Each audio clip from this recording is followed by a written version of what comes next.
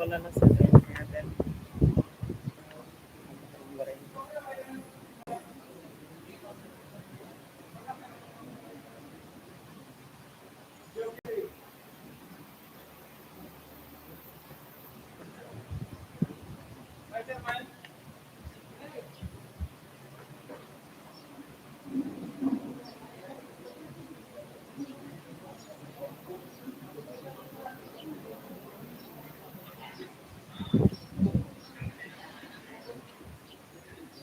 Everybody, put into silent of your cell phones.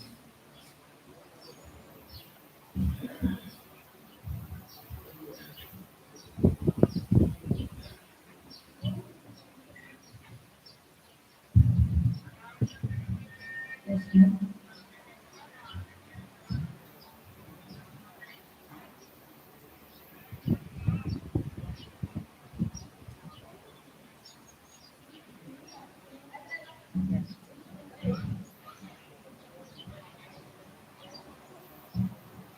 Manser. Manser.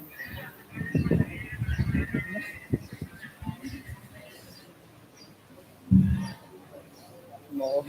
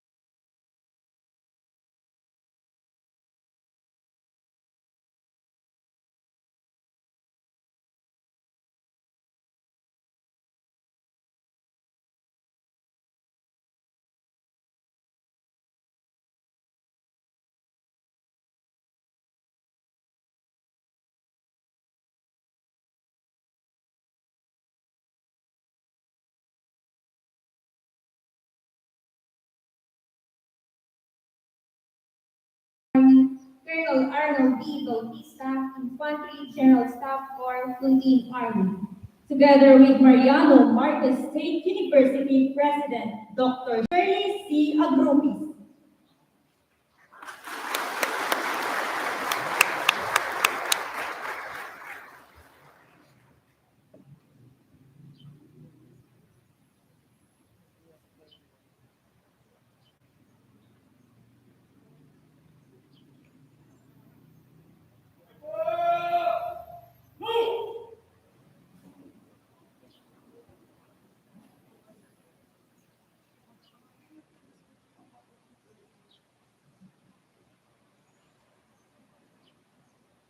Good morning, everyone. Welcome to the joint closing and opening ceremonies of Cadet Officer Qualifying Course for CQC Class 01 2021 and Class 01 2022. And donning of ranks to the advanced ROTC cadets with our guest of honor and speaker, Group Commander, 1st Regional Community Defense Group, Reserve Command, Philippine Army, Colonel Arnold B. Bautista, Infantry, General Staff Corps, Philippine Army. Together with Mariano Marcos State University President, Dr. Shirley C. Agrupis. We are your masters of ceremonies for today's event. I am Cadet Major Nympha Gallardo Borromeo, first class. And I am Cadet Major Andrea Hisa Meigano, first class.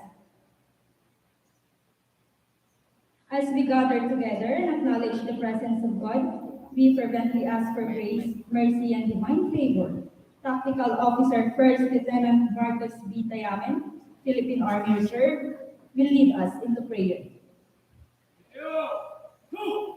After which, we will remain standing for the singing of Pambansang Awit ng Pilipinas.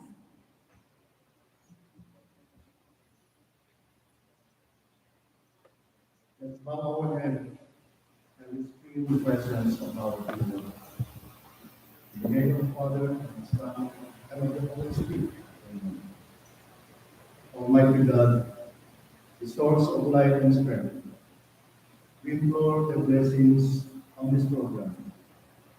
The joint closing and opening ceremonies of Cadet Officer Qualifying Course COPC Class C1 2021 and Class C1 2022, and drawing of ranks to the advanced office students, that it may continue through its higher purposes and wisdom, here and here.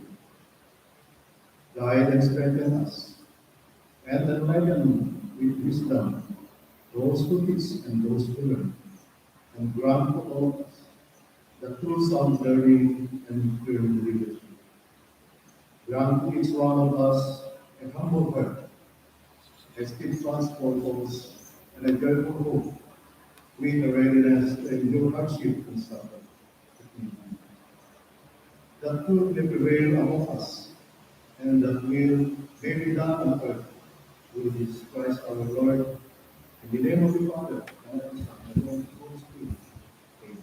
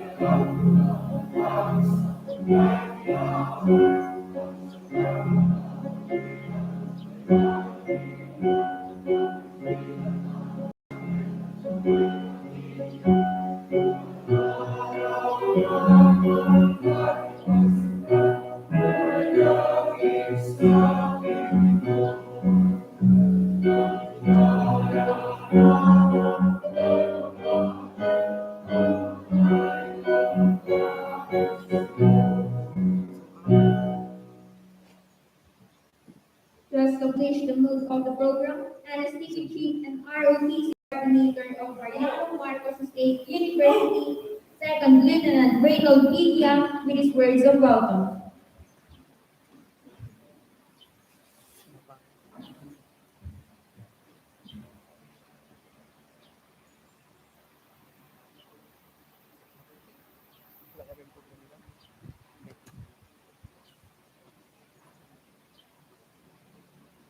To our energetic president of the university, Dr. Curtis C. Abdulkis, to Colonel Arnold B. Bautista, Infantry, EST Philippine Army, Group Commander of the 101st Regional Community Defense Group, Reserve Command, Philippine Army, our guest of honor and speaker for this morning's activity. To Lieutenant Colonel Eric Constantine Bulusan, Infantry Philippine Army, Commandant of the LNSU ROTC unit, and at the same time the Director of the 101st Community Defense Center, to Colonel Cesar Marlon L. Yabal, Philippine Army retired, Assistant Commandant of the LNSU ROTC Patak unit, to First Lieutenant Harold A. Villanueva, Infantry Philippine Army, Assistant Commandant of MMSU ROTC Nawag Unit, and currently the Deputy Director of the 101st Community Defense Center. The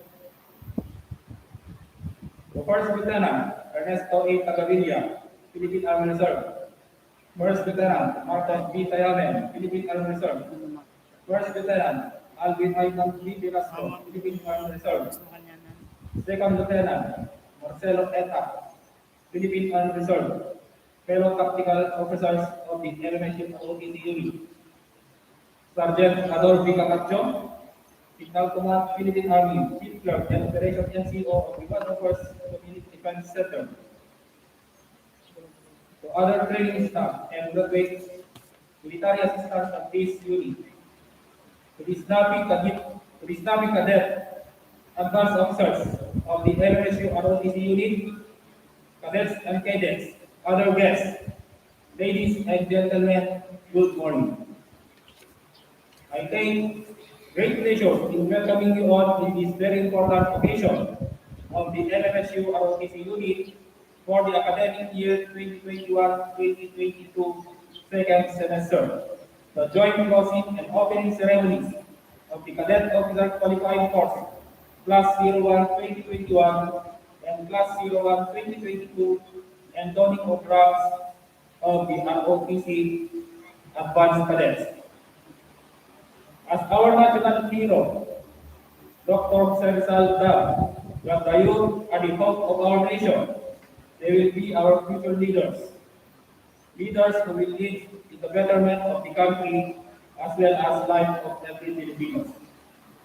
Against all odds and amidst the pandemic, the Mariano Marcos State University Reserve Officers Training Corps Unit conduct its special event to commend the volunteerism spirit of the youth in joining the ROTC program. In the previous years, in the start of the pandemic, we never conducted our opening and closing ceremonies for our OTC programs through face-to-face. Instead, it was implemented through virtual platform. So once again, my warm welcome to all of you in this joint closing and opening ceremonies of the Cadet Officer Qualifying Course, Class 01 2021 and Class 01 2022, and donning of ranks to the advanced OTC cadets.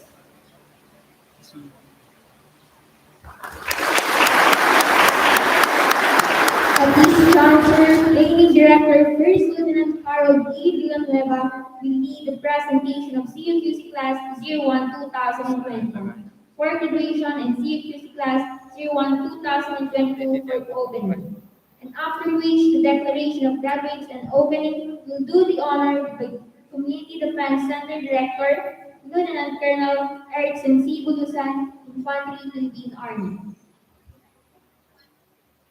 The Commandant of Mariano Marcos State University, this unit, and currently the Director of the One First Community Defense Center, Sir Colonel Erickson C. Bulusan, Sir, as the Training Director of the Cadet Officer Qualifying Course, Class 01-2021, I have the honor to present to you 11 officers candidates.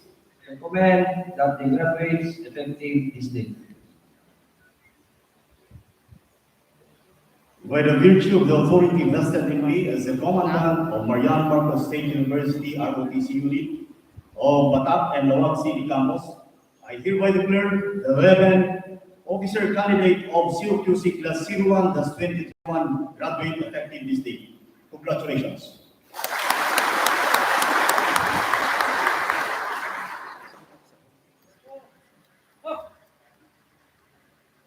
Then Colonel Erickson C. Bulusan, sir, as the Training Director of this Cadet Officer Qualifying Course Class 01-2022, I have the honor to present to you 144 officers candidates. Recommend that they open effective this date. By the virtue of the authority vested in me as the Commandant of Mariano Marcos State University ROTC Unit, Batak and Rotc City Campus, I hereby declare the 144 officer candidate of COQC Class 01-2022 open effective this day. Good luck sa inyong lahat at sana makatapos kayo sa inyong COQC training.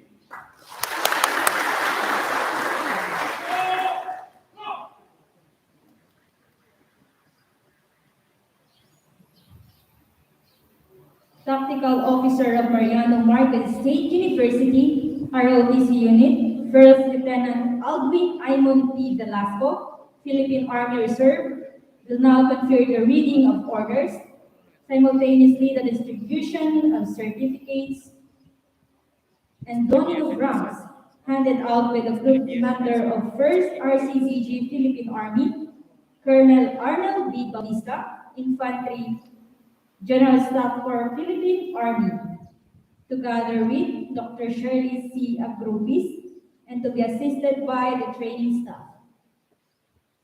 Attention to orders. Department of Military Science and Tactics, Mariano Marcos State University, 101st Community Defense Center, 1st Regional Community Defense Group, Reserve Command, Philippine Army, Attack City, Ilocos Norte, dated 12 February 2022. General Orders Number 2, Section 1.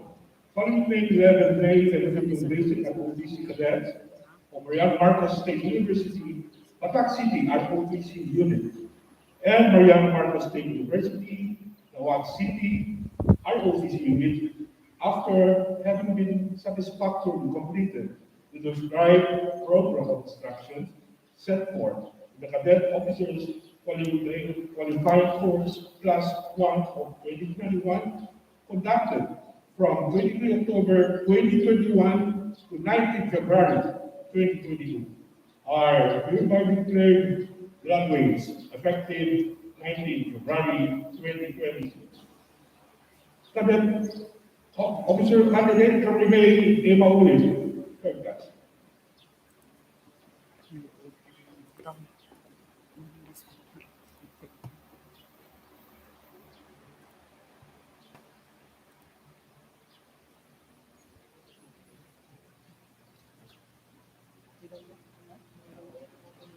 Officer Candidate Sana Rizal, third class.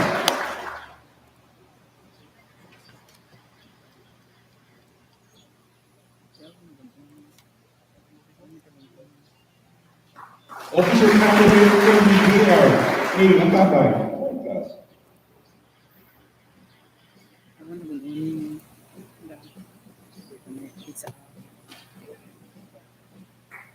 Officer Candidate Tito Baines, R. Antinto, third class.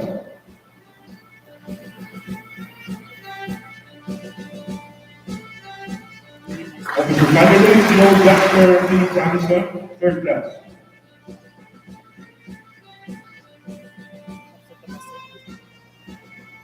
Officer Candidate William Joseph SSL, third class.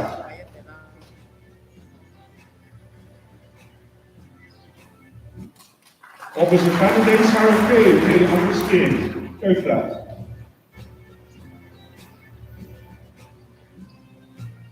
Officer Candidate Ismail C. Ancheta, third class.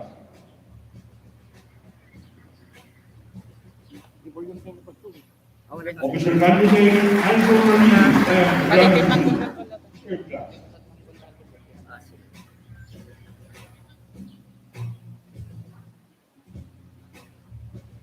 Officer Candidate Maria Corina D.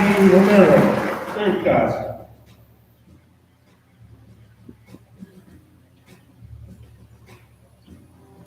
And last but not least, Officer Candidate Jubilin J. Valdez, third class.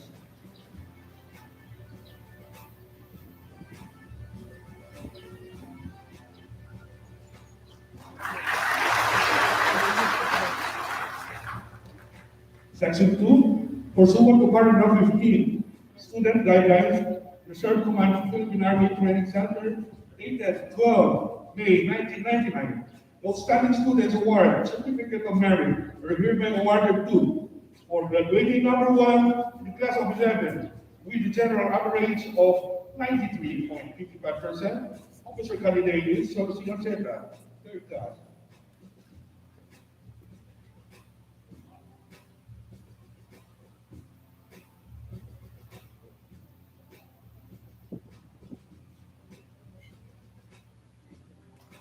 For the grading number 2 in the class of 11, with general average of 92.90%. Officer Candidate Jubilin J. Valdez, third class.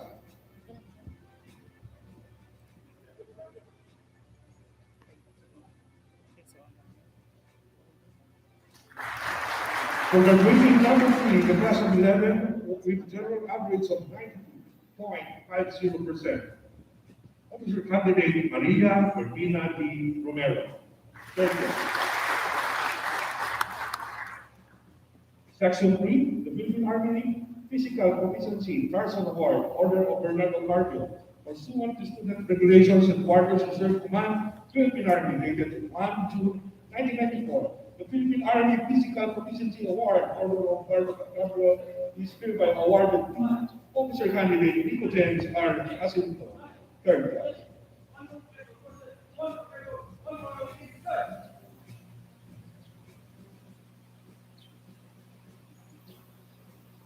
The Philippine Army Physical Proficiency Award, Order of Gabriela Silla, is hereby awarded to Officer Candidate Zubalian Valdez, third class.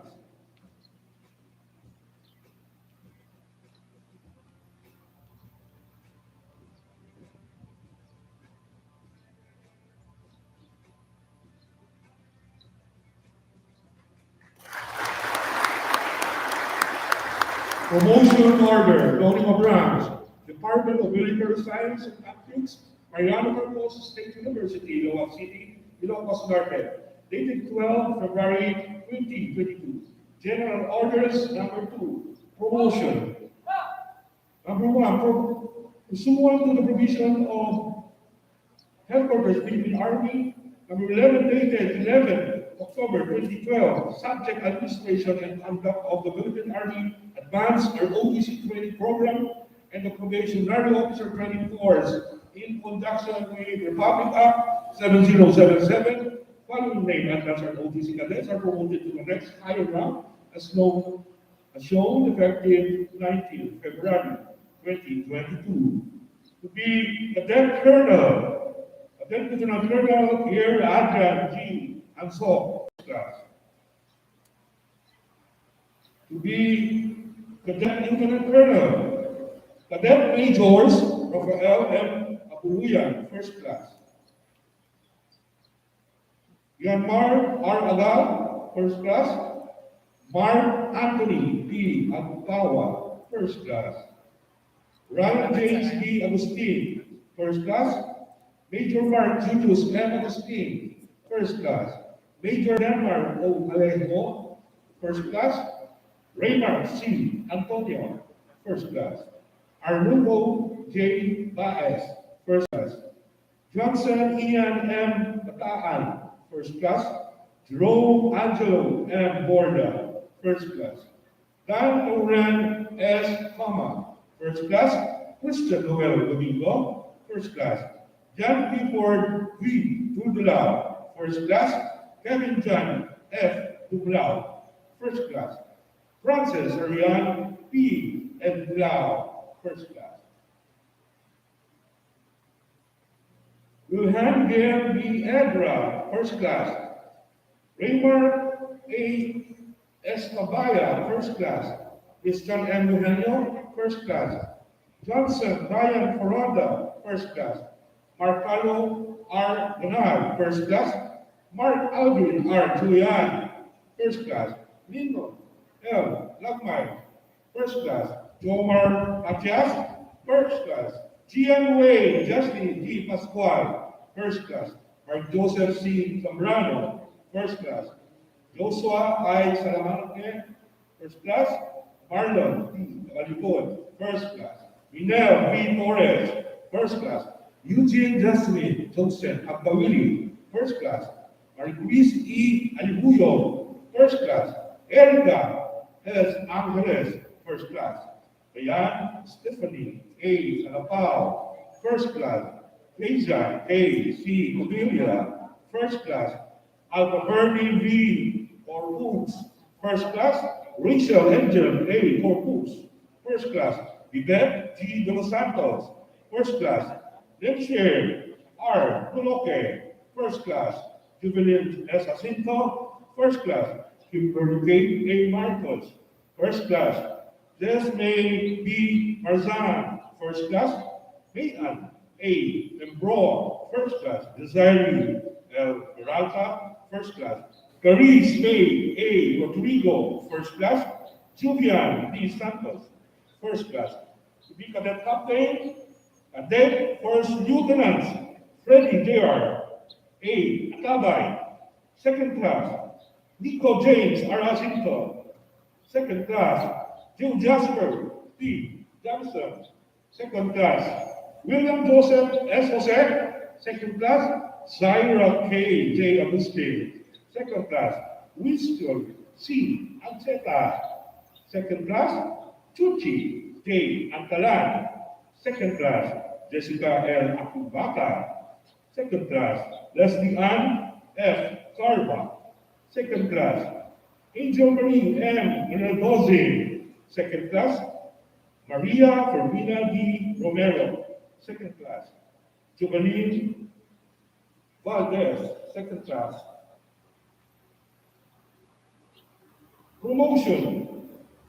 Pursuant to the provision of Headquarters Philippine Army, number 11, dated 11 October 2012, subject administration and conduct of the Philippine Army Advanced ROTC training program and the probationary officer training course in conjunction with Republic Act 7277, following named Advanced ROTC cadets are promoted to the next higher rank as shown effective 19th February 2022. To be Cadet Lieutenant Colonel, Cadet Majors Joel B. Abaha, first class. Nehemiah Arimas, first class. Justine A. Bagayas, first class. Erwin A. Gangani, first class. Arthur I. Gonzalez, first class. Mark Gerald Magalipay, first class. Robert Junior C. Magutpon, first class. Sian Philip M. Kailma, first class. Leo Angelo M. Kailma, first class. Richard Junior A. Rivera, first class. Nico S. Serrano, first class. Daniela S. Alpawili, first class. Nympha G. Romeo, first class. Julian R. Esposo, first class. And Rabiza May M. Gano, first class. Isabel M. Magwal, first class. Monica M. Maldacino, first class. To be Cadet Captain, Cadet First Lieutenant Rosana Rose J. Bidoy, second class. Lian Rose and Linside, second class. Lieutenant Carrie May A. Maoli, second class. Signed, Erwin C. Bulusan, Lieutenant Colonel, Infantry, Philippine Army, Commandant.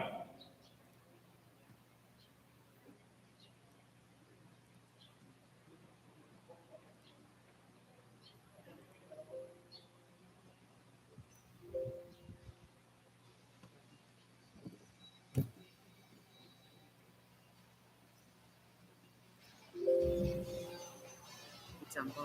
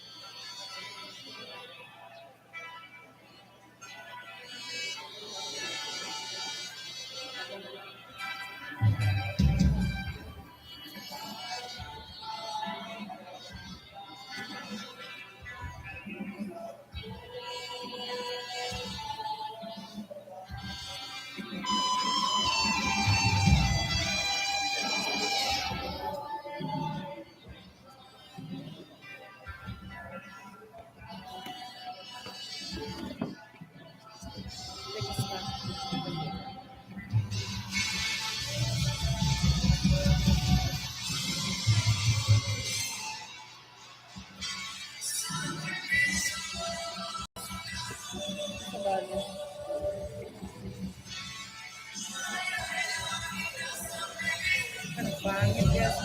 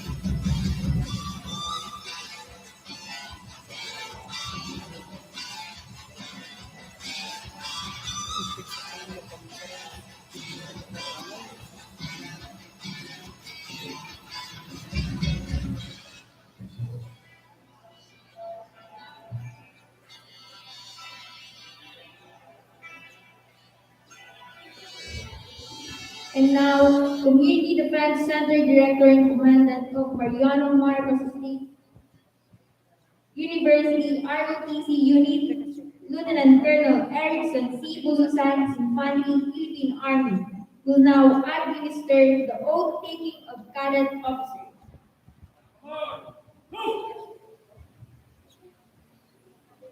Mangyaring sumunod sa aking bibig kasi. Panunumpas sa katungkulan. Akong si pangalan. Nahiliran at itinalaga sa katungkulan bilang ng Mariano Marcos State University ROTC Lawag and Batak Campus ay taimtim na nanunumpa, natutuparin ko ng buong husay at katapatan sa abot ng aking kakayahan ang mga tungkulin na inaatang sa akin na gagampanan ko sa ilalim ng Republic Act 1777. Na itataguyod ko ang mandato ng Reserve Officer Training Course sa ilalim ng NSTP. Na tunay na mananalig sa talima ako rito. Na susundin ang mga batas, mga kautosang legal, at mga tungkuling pinaiiral ng mga sadyang itinakda ng mga nakapangyayari sa akin. At kusa kong babalikatin ang pananagutang ito nang walang anumang pasubali o hangaring umiwas. Kasihan nawa ako ng Diyos.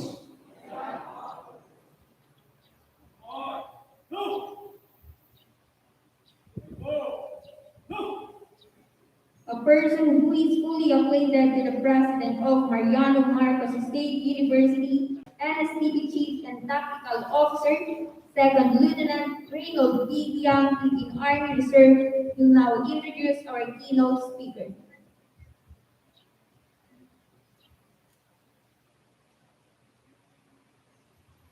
Ladies and gentlemen, so once again, good morning.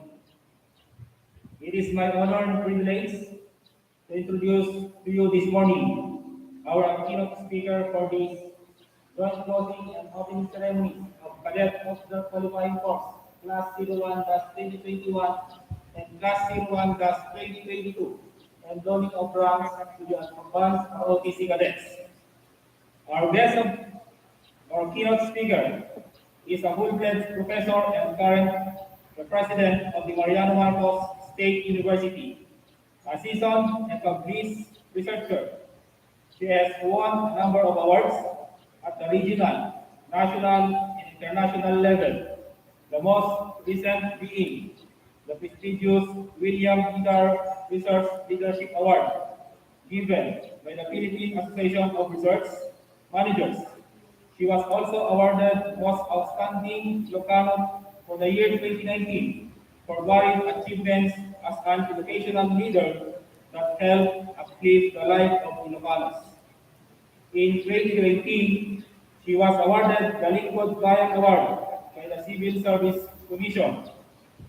As a research project leader, she steered various research projects and bioethanol funded by external agencies. The project eventually paved the way for establishment of the National Bioenergy Research and Innovation Center located here at the Mariano Marcos State University. Her team was awarded the Gantimpala Award by the CSC for their innovative and immediate response at the height of the COVID-19 pandemic. Prior to her presidency, she was Director for External Affairs and Partnerships of Mmsu. Her enthusiasm, vision, leadership as Director made Mmsu a magnet destination of DOST colleague scientists and visiting professors from international institutions. her efforts to lead the forging of international institutions, partnerships that remain strong up to this day. Having obtained postgraduate education and training abroad, such in Japan, United States of America, and the United Kingdom, internationalization ranks high in the President's strategic agenda for MMSU, dubbed as 7-point agenda to achieve. In the first 2 years of her presidency, she was able to steer the university to become ISO certified for all processes and to be a three-star university in the QS Stars rating system. The MMSU likewise leveled up in its institutional accreditation in Abu. She is a member of the CHED technical working groups and the seventh cycle implementation of NBC 461 and formulation of criteria in the evaluation and leveling of state universities and colleges, as well as the PASUK platform for innovating SUCs for industry. Committee and the special task force created by USAID strive to formulate and assist universities in mapping out strategic trust and pathways toward excellence in research and innovation. A BS Biology alumna graduated cum laude of the College of Arts and Sciences here at Marian Marcos State University. Our keynote speaker is the first MMSU graduate to be the president of her alma mater. She obtained her Master of Science major in plant morphoanatomy and physiology from the University of the Philippines at Los Baños, and her Doctor of Philosophy in Agricultural Sciences from the United Graduate School of Agricultural Science, Iko University, Shizuoka University campus in Japan. She is a multi-awarded president, obtaining awards in the areas of research, both as researcher and as manager, and public service. On July 15, 2021, the MMSU Board of Regents unanimously approved her reappointment and is now serving her second term as a university president. Ladies and gentlemen, our keynote speaker for this morning activity, the president of the Mariano Marcos State University, Dr. Charlie Castañeda Agrupis.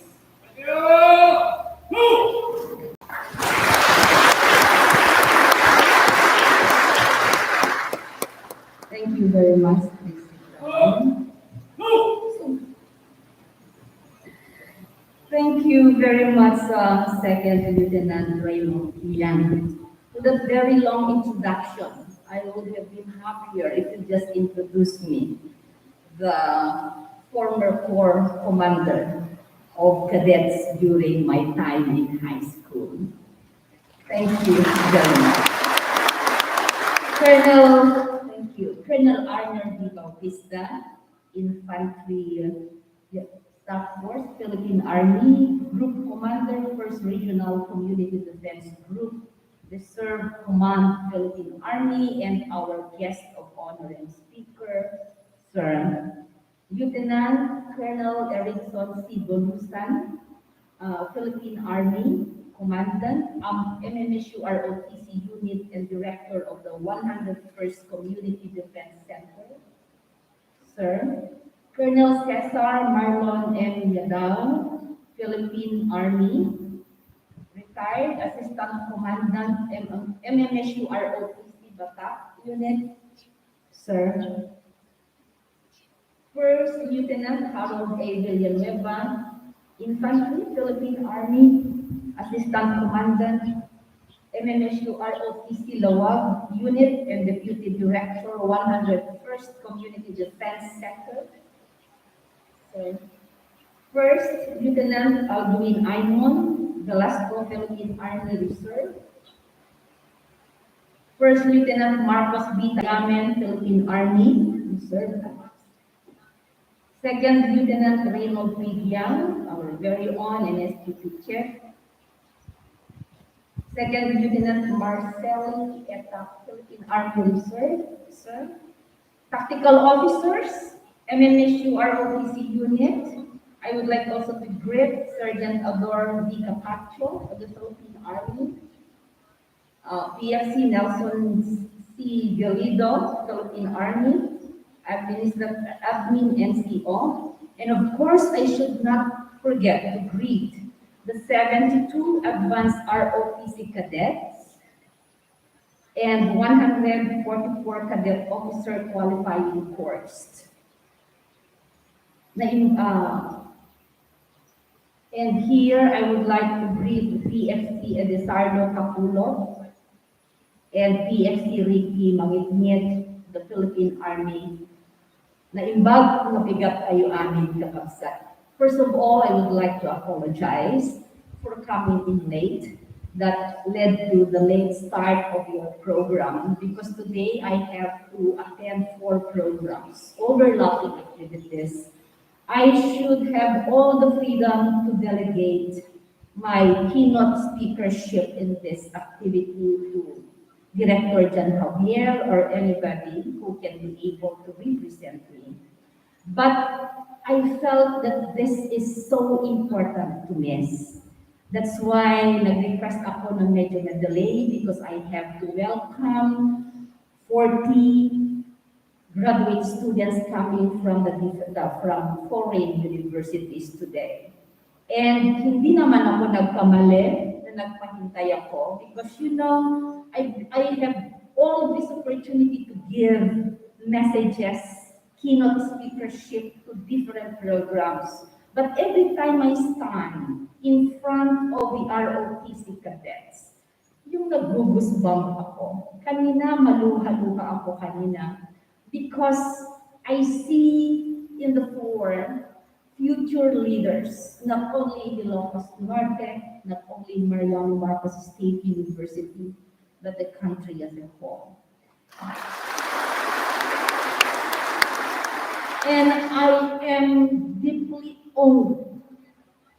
I felt so inspired seeing women sitting, acting like men, but inside them is a heart of a woman. And I would like to request my fellow women to raise your hand. May I see the distribution? Everybody? So it may not be equal to the number of men, but your choice, decision to join the cadets, thank you, is a manifestation that there is a leader, the opinion. Yes, women power. Thank you for choosing to become and aspiring to become cadet officers. Since 2002, the Reserve Training Officers Training Corps of ROTC was no longer made compulsory to university and colleges because of the coming in of NSTP. But through the years, palaging meron pa rin ROTC. And when the new commandant visited me in my office, I was challenged because I was given yung nagsabi, he himself is an alumnus of MMSU, that because of these choices and the irregularities in the offering of curriculum, kumukunti. Yung mga estudyante parang walang freedom to choose whether they go to ROTC on NSTP. That is a challenge that I need to face come first semester, come school year, because I want to see more.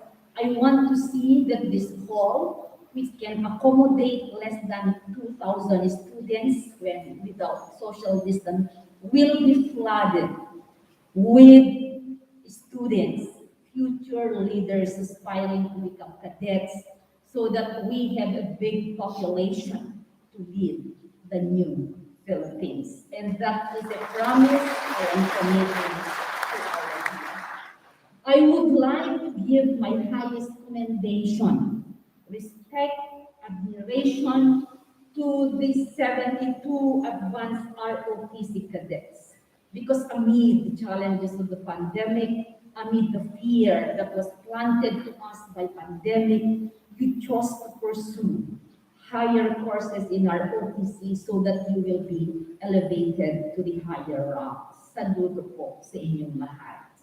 To the 144 students, I know that you are the younger generation of cadet officers, but I salute you and respect you as well. Because when young people of your age would rather spend Saturdays to themselves in the comfort of their homes or spending time with friends and families doing TikTok, communicating with friends with messengers, spending time in Facebook, you decided and committed to devote your time, to devote your effort and energy to cadet training. With that, I commend and thank you for your love and sacrifice for your province, for your region, and for your country. The training that you will go through as cadet officers, I hope that sa susunod na pagkakataon, I will see the same number promoting to the first class ranks. The training that you will go through as a cadet officer will definitely be tiring, alam ko yan, and exhausting, but a person fueled by love for our country can endure anything. Yes? Diba? Sabi nga ng pambansang awit ng Pilipinas, aming ligaya na pag may mang-aapi ay ang mamatay ng dahil sa inyo. Know, my future cadets and officers, that your training as cadet officer will not only inculcate in you patriotism, nationalism, and involvement in public and civic affairs, but it will teach you the discipline, focus, and self-control that you need to succeed in life, that you need to grow as a leader for a new Philippines. You know what, Kagabi? There was a video forwarded to me by somebody featuring the mayor of Baguio City. This was the best video that I ever heard and I ever appreciated because she blatantly sinabi na lahat how the government is turning into big debt, kung paano nagaganap ang corruption. Kaya sabi niya, nandito ako na nagsasabi ng totoo, not because I want to win your vote, but because I earnestly request to everyone to select the leader that you are going to vote. And nako, the future of the country lies in your hand. So sana yung lahat-lahat ng itinuturo ng ating mga matitipuno at masisigasig that are nurtured with the integrity and excellence, itanim sa isipan at puso so that your efforts will not be in vain. I hope that coming to cadet official law is not just a name na hinahangad ninyo. There should be a big picture behind your desire to become cadet officers. To the 144 students who will go through the cadet officer qualifying course, may the odds be ever in your favor and may the course be with you. To our cadets who will be done with who will be done with grants, to the advanced ROTC cadets, congratulations. But again, I reiterate, let not this wrong overwhelm you, but let this wrong your stepping step to see a wider perspective how you can contribute to the transformation of our beloved country. As president of this institution, I recognize that the youth is the most valuable resource of our nation. and that they play a vital role in nation building.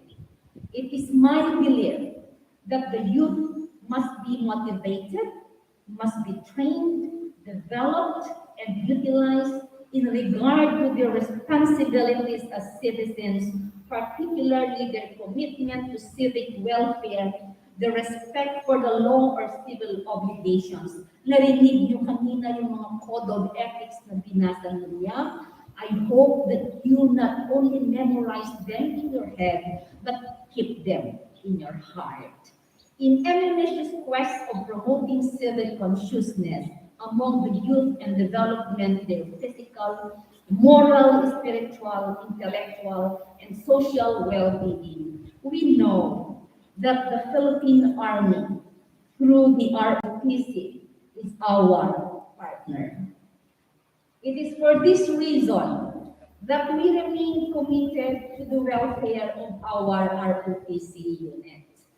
That gymnatorium, which is a 5,000 square meter that can accommodate about 4 to 5,000, including the benches there. Below it are offices, and there is a space provided, reserved for the ROTC office. I strategically positioned the gymnatorium because that is the boundary of the university campus and the community. And guarding the university premises alone is an initial training on how to secure your country. So to our officers, cadets, and units, I wish you all the best in today's activity. Do your best and show us what you have got. I challenge everyone to not only mindful of your own performance, but to work together as a team that together you can achieve more. I asked Second Lieutenant Biang kanina, sabi ko, kailan tayo nagiging overall champion sa tactical inspection? And that was 2018. And you know what? That was the first after so long years na kinuha we redeemed back the crown as overall champion. With a strong 72 advanced ROTC cadets, with the aspiring 144 cadets in the ground now, I see that we will not only retain our overall championship in the region in the tactical inspection, but I see potential, promising leaders imbued with integrity and excellence. Again, I charge the newly installed commandant, Cadet Colonel Pierre Ansok, may I see you again, the Corps Commander of Rotc City, Cadet Colonel Erwin Gangani, First Class, Corps Commander of Batak Campus. The honor, the leadership just bestowed upon you was not by accident. You were properly judged with meritocracy, and that you should embrace it with integrity and excellence. Remember the core values of MMSU. Nakasalalay sa inyong balikat ang development ng 144 cadets and the 72 advanced ROTC cadets in their development as they nurture their desire to lead our country and defend our beloved country. Make MMSU proud of you. Whatever you need, as you continue to lead the ROTC in this part of the region, feel free to come to the university because your president is always at your back. Congratulations, and to all of you, sana sama-sama kayo, because by just overcoming the challenges, by just overcoming the challenges of the pandemic, we are already victorious. Thank you. And sa mga magtuturo sa inyo, hindi po kami papasalamat ng lubos po sa inyong lahat. Kasama niyo kami sa pag-build ng mga leaders na ito as we work together in rebuilding our nation. Marami pong salamat and God bless everyone. Thank you very much, ma'am, for that inspiring and motivating message.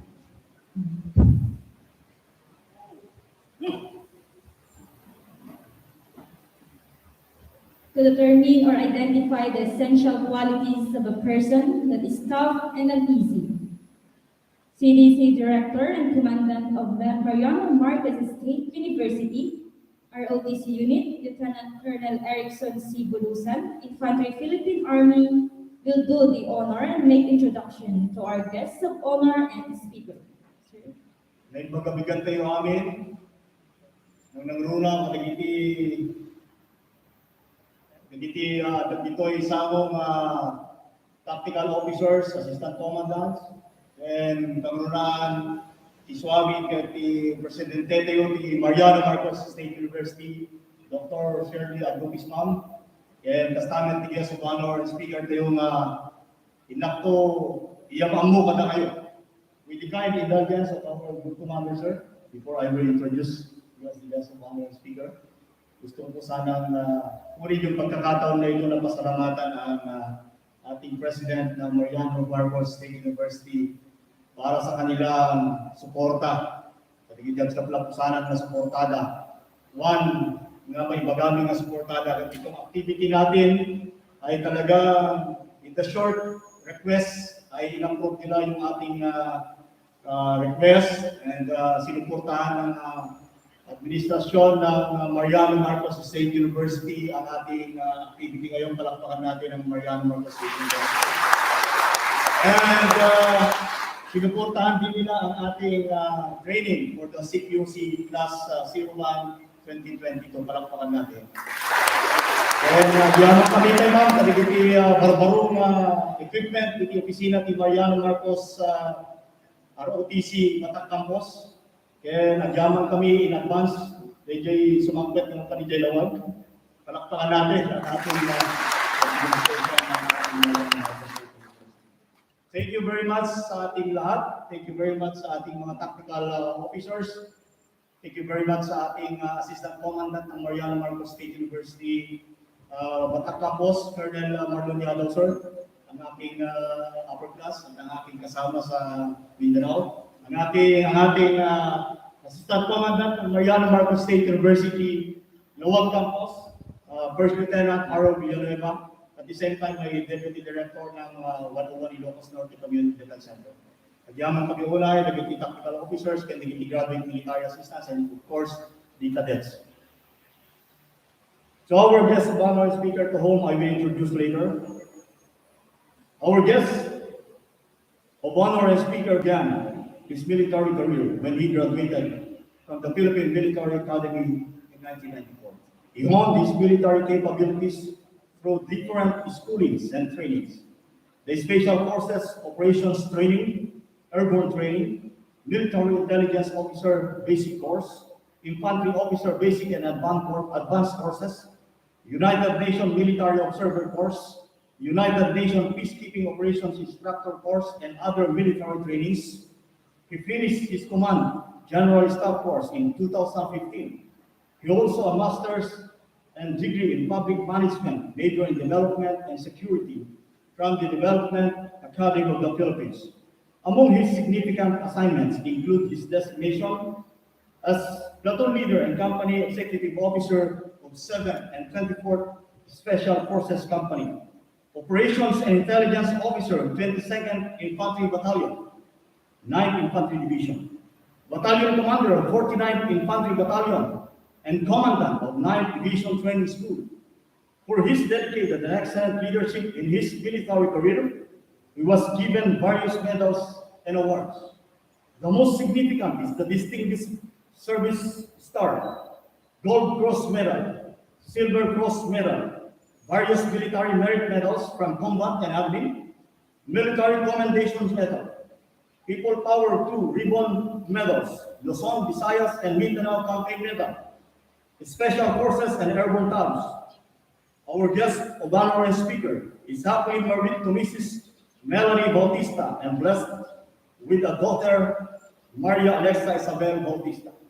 Ladies and gentlemen, it is my honor and privilege to introduce to you our guest of honor and speaker, our group commander, 1st Regional Community Defense Group, Reserve Command Philippine Army, Colonel Arnel Bernal Bautista, Infantry General Staff Force, Philippine Army.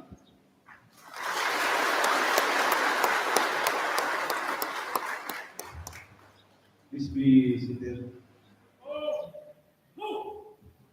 Maraming salamat, Lieutenant Colonel Eric Busan, for that very kind introduction. Allow me to greet, first and foremost, Dr. Shirley Agropis, the President of Mmsu. Of course, our NSTP Coordinator, Professor Giang, kasama rin natin ito sa Reserve Force, wearing Second Lieutenant rank. Of course, nandito rin si Colonel Marlon Yadaw. Si Colonel Yadaw ay nakasama ko sa isang unit sa Army noong mga tenyente pa kami. Nag-uumpisa pa kami sa serbisyo. I would like also to greet other reservist officers and personnel na nandito ngayong umaga. President ng ating Community Defense Center ng 101st, of course, also led by Lieutenant Colonel Busan with Lieutenant Villanueva as his deputy. Nandito rin yung mga kasamahan nila, galing personnel natin. Ating mga cadets, incoming and graduating COQC students.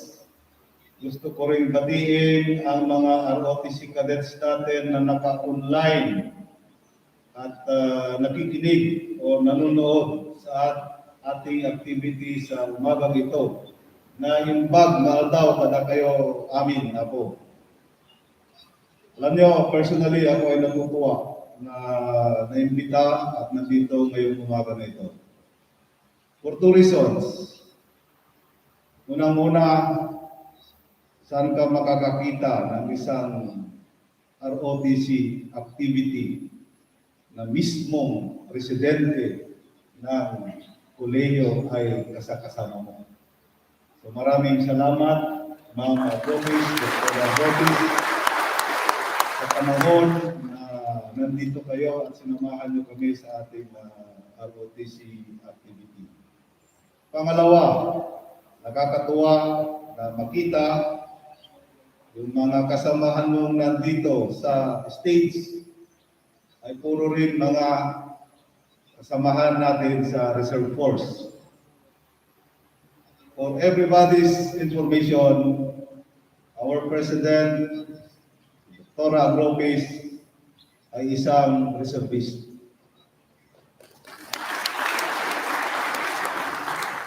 Si Professor Giang, ang inyong NSTP coordinator, ay isang reservist officer.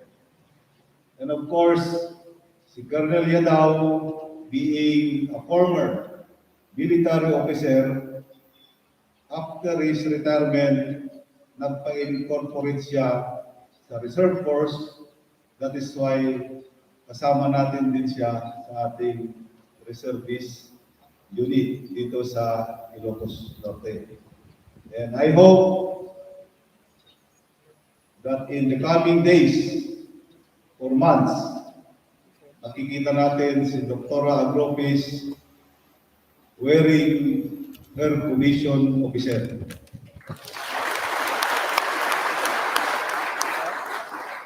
I am giving now the order to our CDC Director na lakarin at ayusin natin ang folders ni Doktora Agropis para mapalabas natin yung officer rank niya sa Reserve Force. Palakpakan natin ang ating Vice President.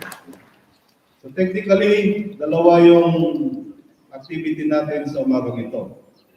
One is yung closing ng COQC Class 1 for school year 2021. Ito yung last semester.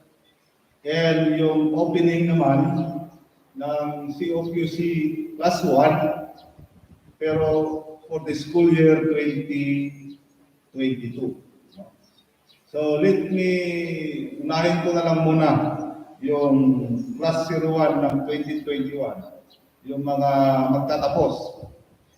At nabigyan natin ng mga bagong ranko sa ROTC unit natin. No? First of all, congratulations. Pinabati ko kayo at natapos ko yung kurso, yung COQC. No? After that, ano yung susunod? From here, you are now cadet officers sa ROTC unit natin. And as cadet officers, nandyan yung responsibilidad kung paano nyo pangalagaan ang ROTC unit.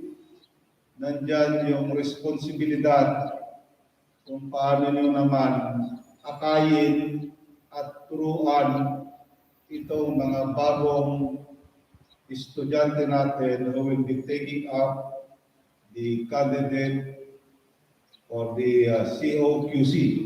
No? Nandyan sa mga balikat ninyo sa rangkong yan yung responsibilidad. Kanina nga yung dalawang corps commander natin, habang pinipin natin, idinodon natin yung rangko niya. Sinasabihan namin sila na itong rangko na ito na hawak-hawak at nandyan sa balikat mo, kasama nito is responsibilidad. Responsibilidad para alagaan ninyo yung ROTC unit ninyo. Gusto kong bigyan ng emphasis yung opportunities. Not only dito sa nagtapos ng COQC, but also sa inyo na mag-undergo ng COQC and even yung mga naka-online na mga ROTC cadets natin.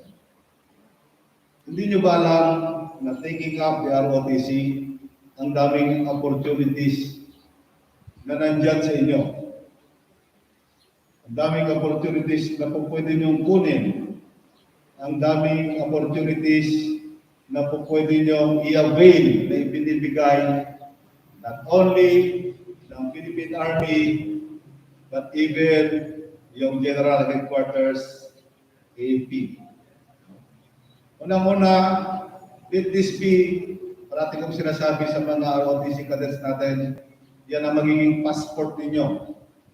Kung meron kayong ambisyon to pursue a military career later on.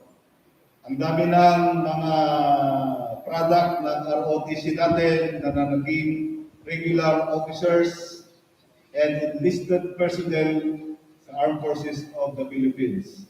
Dito pa lang sa harapan, yung commandant ninyo, si Lieutenant Colonel Bulusan, ay produkto ng ROTC. Si Lieutenant Villanueva ay ROTC graduate din natin. He is actually an enlisted personnel ng Philippine Army, but he availed of the quantity opportunity. That is why naging officer siya for 2 years.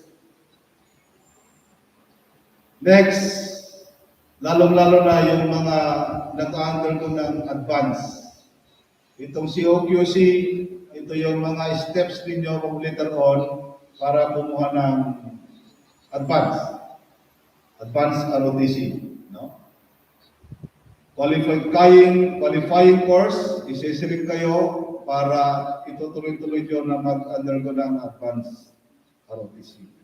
Hindi nyo ba alam na may tinatawag tayong PARC, Philippine Army Advanced ROTC Incentive? Ibinibigay yan sa mga advanced cadets natin per semester at nagkakaroon sila ng incentive amounting to 12,000 pesos bawat kadete pag naipasa at na-qualify ka doon sa requirement. For first RCDG, which is, ang kino-cover namin is yung 4 na probinsya ng Region 1, from Ilocos Norte, Ilocos Sur, La Union, and Pangasinan. We have been recommending yung mga qualified advanced ROTC natin para sa incentive na ito. Madali lang yung requirements. Tanungin nyo lang yung mga CDC personnel natin. Alam nila ito. Sayang kung hindi natin i-avail. Alam ko ang daming qualified at maraming matatalino dito sa Mmsu. At hindi ako maniniwala na hindi nyo mamimit yung qualifications. Sayang din ito because sabi ko nga, isa ito sa mga opportunity na kumuha ka, pag kumuha ka ng advanced ROTC, may in-offer na ganito ang Philippine Army. Second, alam niyo ba na every year, nagse-select ng Chief of Staff, Armed Forces of the Philippines Scholarship Grant. Every December yan, kasabay ng Armed Forces of the Philippines Anniversary, nagse-select ng Chief of Staff grantee sa lahat ng mga ROTC advanced cadets. Buong Pilipinas, pinaglalaban-laban yan. For the Philippine Army, kung hindi ako nakakamali, we have 6 or 7 slots. Hiwalay yung slot ng Air Force, hiwalay yung slot ng Philippine Navy. 6 or 7 ang ibinibigay, yearly yan. At yung nasiselect na grantee, nakaka-receive ng 50,000 pesos from GHQ. At gusto kong i-announce sa inyo na for the past 2 years, nakuha ng first RCDG sa 6 na slot o 7 na slot for the Army for 2021, nakuha natin yung isa. Buong Pilipinas ito na naglalaban, yung mga advanced ROTC cadets natin. Nakuha natin yung isa for 2020. Last year, nakakuha na naman tayo ng isa because pinupurso namin na mag-recommend yung mga, may recommend yung mga qualified cadets natin. Last year, ipinatawag pa sa Camp Aguinaldo yung kadete natin para i-award doon mismo sa GHQ yung grant na naibigay sa kanya. And I am wishing na sa mga susunod na taon or for this year, sana galing naman ng Mmsu ang makakakuha ng mga incentives at saka mga scholarship grants na ito. MMSU, wala, I'm sorry, no? Sana ang gagaling dito sa MMSU yung makakuha ng grant na ito because alam ko na matatalino at maraming qualified na advanced ROTC cadets na nagagaling dito sa Ilocos Norte.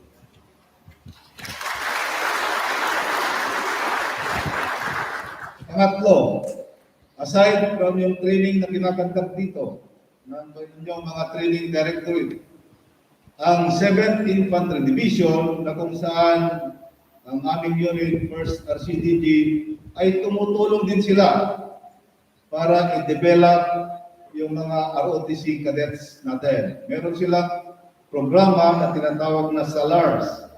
This is leadership seminar for the ROTC cadets. Hindi ko lang alam kung meron nang nakapag-join dito for last year, but it is one opportunity na pwede nating i-avail para lalong ma-enhance yung leadership potential ng bawat kadete, ng bawat ROTC cadet, because tulad ng sinabi ni Ma'am kanina, kayo ang future ng ating bayan. Para sa mga incoming naman, ito lang ang masasabi ko sa inyo. Kung nakaya nila, kaya nyo yan. No?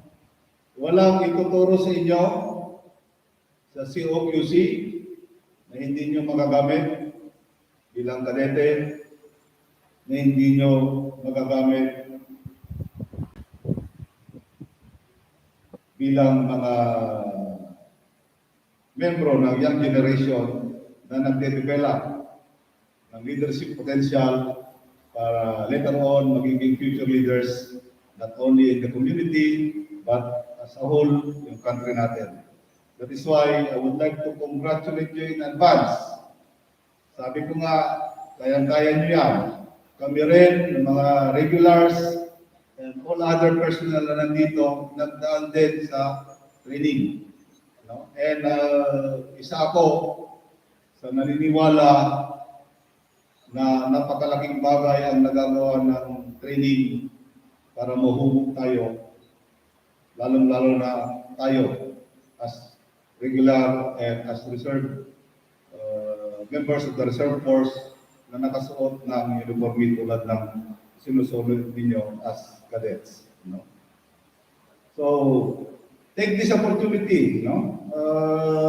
Gawin yung inspiration, yung training para makamit ninyo yung future endeavors ninyo. Just like sinabi ko kanina, kung gusto nyo i-pursue ang military career later on, ito na ang first step. And kung gusto nyo i-avail yung mga opportunities na ino-offer para dito sa ROTC Advanced Cadets natin, pag-igihan nyo at gawin ng tama ang inyong training. No? Take the learning experience. Yun ang i-absorb ninyo. Hayaan nyo yung hirap. No? Meron at meron paghihirap dyan, but to be positive, yung learning experience, yung ma-absorb ninyo pag nakaalaman, may ibibigay sa inyo na kaalaman, ang bigyan nyo ng priority. For the training directorate, no? Hindi lang itong mga estudyante natin ang gusto kong bigyan ng guidance, but even sa ating mga training directorate, of course, nandito yung commandant natin, si Colonel Bulusan. You take care of our cadets. As your RCDD commander, as we administer yung ROTC natin, gusto ko ng proper training. Ayaw natin na maging mapunta sa hindi maganda yung kinakargat ng training. Sana pagtulungan natin na ibigay ng tamang training dito sa mga kadete natin. Ang foundation natin ng magandang future is yung tamang training. Kaya kung ano yung ibibigay natin dito sa kanila, kung mali, lalaki ng mali, matututo ng mali, pero kung maganda yung ibibigay natin ng training, sigurado ako, we have a bright future ahead of us. So, sa mga training directorate, ulitin ko lang, no? I want proper training for our cadets. And lastly, yung ROTC program natin. No? I would like to personally convey my gratitude sa pamunuan ng Mmsu, pamumuno ni Dr. Agropis, sa suporta na ibinibigay nila sa ating ROTC program. Pagdating ko kanina dito, I was briefed of yung mga facilities and the support being extended by this school para sa programa, para sa inyo. At ako mismo ay nagpapasalamat ang buong pamunuan ng First RCDD Rescom sa suporta na ibinibigay ng ating mahal na School President, Dr. Rotc. Maraming salamat. We are now trying to strengthen our ROTC program not only dito sa nasasakupan ng First RCDG but all throughout the Philippines. Pinapalakas natin yung pagkakandak ng ROTC program natin and per record, no? Comparing doon sa mga previous years, nung tinitingnan namin yung data natin sa mga enrollees natin ng ROTC, I would like to announce na isa itong MMSU na biglang tumaas yung number ng mga ROTC enrollees natin. Palakpakan natin ang MMSU. Siguro malaking bagay talaga ang suporta na ibinibigay ng isang administration, ng school, para lalong mapa-improve natin at ma-enhance natin yung pagbibigay ng ating ROTC program. No? Maraming magagandang in-store doon sa mga nagbabalak at nag-enroll sa ROTC. Alam niyo ba na pag nag-enroll kayo ng ROTC, technically, reservist na rin kayo. No? And all over our area, sa buong Region 1, nagpapasalamat din tayo sa kabuuan ng ating mga reservist, including yung mga ROTC natin. Because during the time na mayroong mga calamities, may mga community activities tayo, partner natin yung mga ROTC cadets. Kaya saludo ako sa inyo, napapasalamat ako sa contribution ninyo at I aspire nyo dahil napili nyo na mag-undergo ng ROTC. Maraming salamat at magandang tanghali sa ating lahat.